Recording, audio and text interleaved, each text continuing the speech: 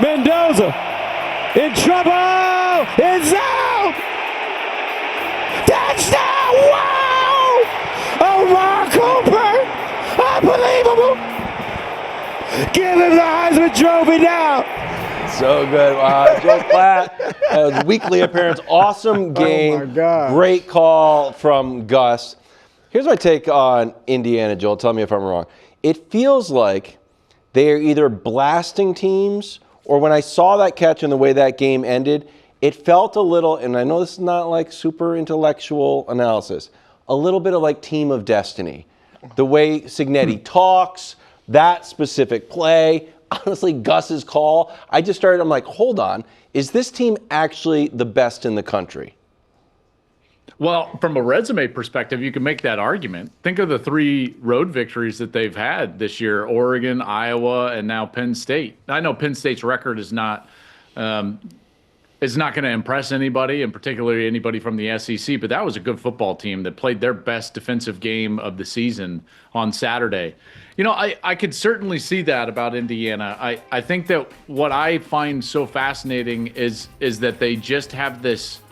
They have this gear, and more specifically, Mendoza has this gear that he goes to when they need it most. I've always thought this, guys.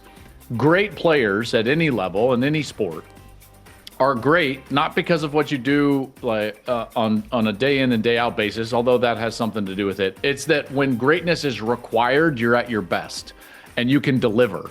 And we've seen him now time and time again. He throws a pick 6 against Oregon, and he goes right back down the field, and he orchestrates a touchdown-winning drive. He's tied at Iowa against a very good defense, 13-13, a minute 40 left, throws a touchdown pass. Here, he's down, needs a score, sacked on first down of the series, 87 yards away, no timeouts, a minute 30, at his best. Seam throw, sideline, back of the end zone. It's like, wow. So, you know, when greatness is required, he delivers, and I think that's a mark of a great player, and certainly a team that is going to be difficult to beat because, like you said, they've shown the ability to blow people out, but now they've shown the ability to play with some real resilience and win a tough game. Well, great points on Mendoza. So right now, who do you think is the better bet to win the Heisman, Mendoza or Julian Sayin over at Ohio State? You know, I've always thought that you need the numbers and you need to have a great season, obviously, from a cumulative standpoint, but you also need the moments and stages. And right now, Mendoza has had the moments and stages because of those comebacks that I was talking about and those drives that I was talking about, and specifically on the road. The hard part about that is like Ohio State has been so good that they haven't even been threatened. You know, so in some ways you're penalizing Julian Sayin just because he plays on a team that is so much better. I will say this, there was one time this year that a team got close. They're within a possession starting the second half, and that's Penn State, 17-14. And all Julian Sayin did in that second half was play near flawlessly and just race away with the victory. If I had to cast a vote today, I think the better player is probably Sayin, but only because I've seen Mendoza struggle in pockets of games more so than Sayin has.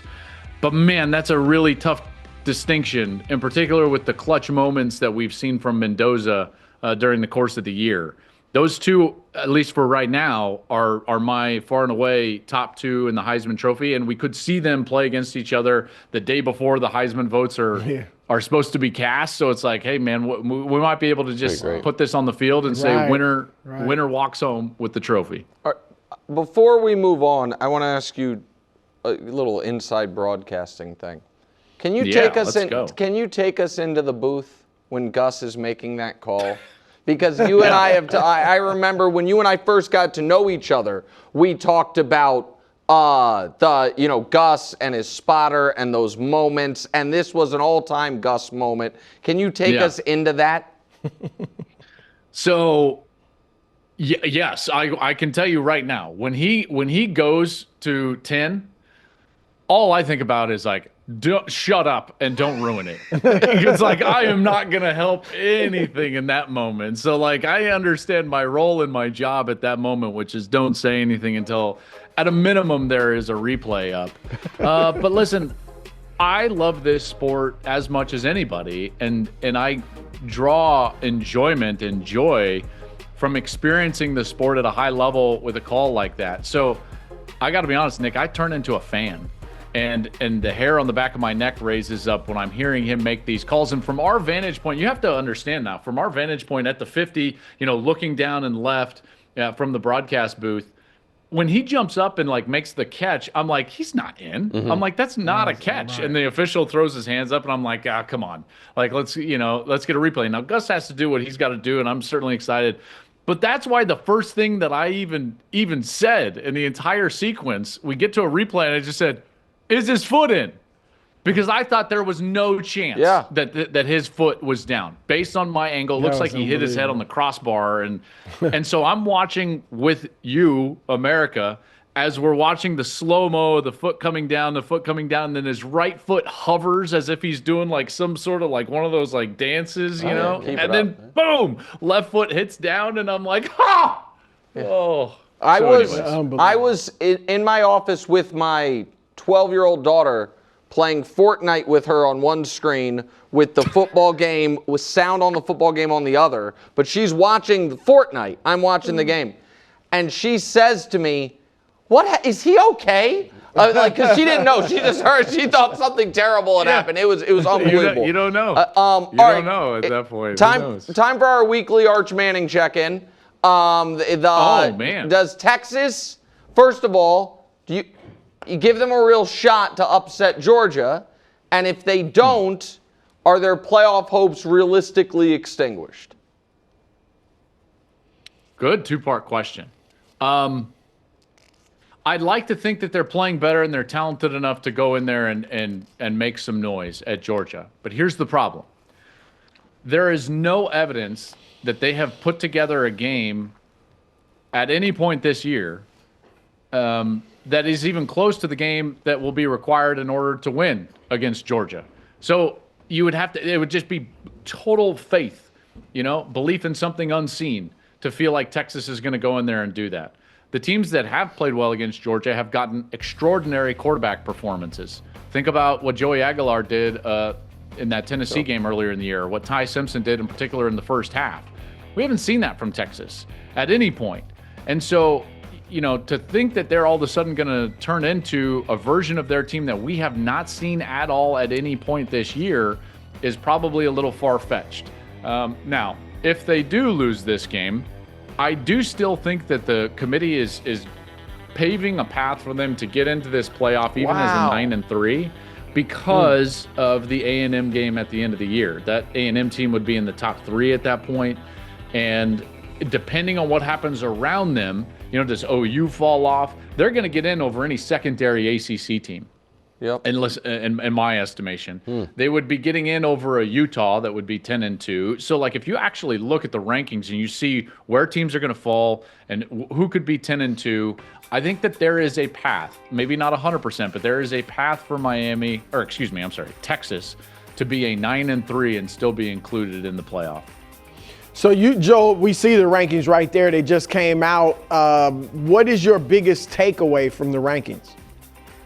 Well, a couple of things. One is I think that this committee uses eye test more than resume because A&M and Indiana, you could argue, have a better resume than Ohio State, but we all kind of know and see and watch that defense for Ohio State. And so I think that this is a committee that leans more into eye test than it does resume. I think you see that with Texas Tech as well. And their conference would suggest they probably wouldn't be up there ahead because we watch their defense. We know they can rush the passer. They've got a linebacker that could be the Butkus Award winner. And so they're sitting at 6 with a possible chance for a bye in the top 4 seed. That's my biggest takeaway. Then that point I already made about Texas, that I think that they're paving a path for Texas to potentially get in as a 9-3. And then I look at those 2 Big Ten teams and everything that they have left on their schedule, USC and Michigan, and they're sitting there in the teens, and yet Michigan still has Ohio State left on their schedule. That's the number 1 team in the country. USC is hosting Iowa and still has to go to Oregon. So they've got enough ammunition to pass the teams ahead of them and potentially become, what could be considered like a 4th Big Ten team into the college football playoff rankings. So I will say this. I generally, during the course of history with the college football playoff, have been vehemently in disagreement with the rankings that they've given. You guys have probably heard that or seen that, or I've said that on this show. This version is the unquestioned best version of a committee and their rankings that I've experienced in the playoff era. Wow. Shout out to the committee. Michigan, Northwestern at Wrigley. Do the Wolverines need a statement win here? No, you just need to win. And in particular with how young they are. Did you know Michigan's the youngest team in the Big Ten? So they're sitting here at 7-2. They got a freshman quarterback. They got a redshirt freshman tailback. They've got a true freshman at wide receiver, 3 redshirt freshmen on their offensive line. They got 6 freshmen starting on offense. A lot of guys in the secondary and the back end, in particular with some of their linebacker injuries. And so at this point, you can talk about statement this and that. For this team, the most important thing is going and winning the football game, which will be difficult against Northwestern because Northwestern is fundamentally a very tough team to play against. They run the ball well. They got a veteran offensive line. Their defense is more stout than people believe. So I think this is going to be a fabulous game, maybe low scoring. And I'm excited to get to Wrigley and call it. Calling the game from Wrigley Field is going to be quite unique. It's fantastic. Well, thank you very much. Have a great game. Remember, start your Saturday strong. Yeah, Michigan. That's it. Some would say in a tuxedo. Oh, you could start it with a tuxedo. You know what? I'm going to be at home. I'll put on my best tux. Wild looks great in a tux. It was a compliment. Everyone looks great in a tux. I heard it as a compliment Thank as well. You, Joel. He can be offended all he wants, but I thought it was a compliment. Live from Wrigley. Thank you, Joel. See you, Joel. Yeah, you bet. Thanks for watching. Subscribe here to get more from the show and to check out clips from other shows on FS1.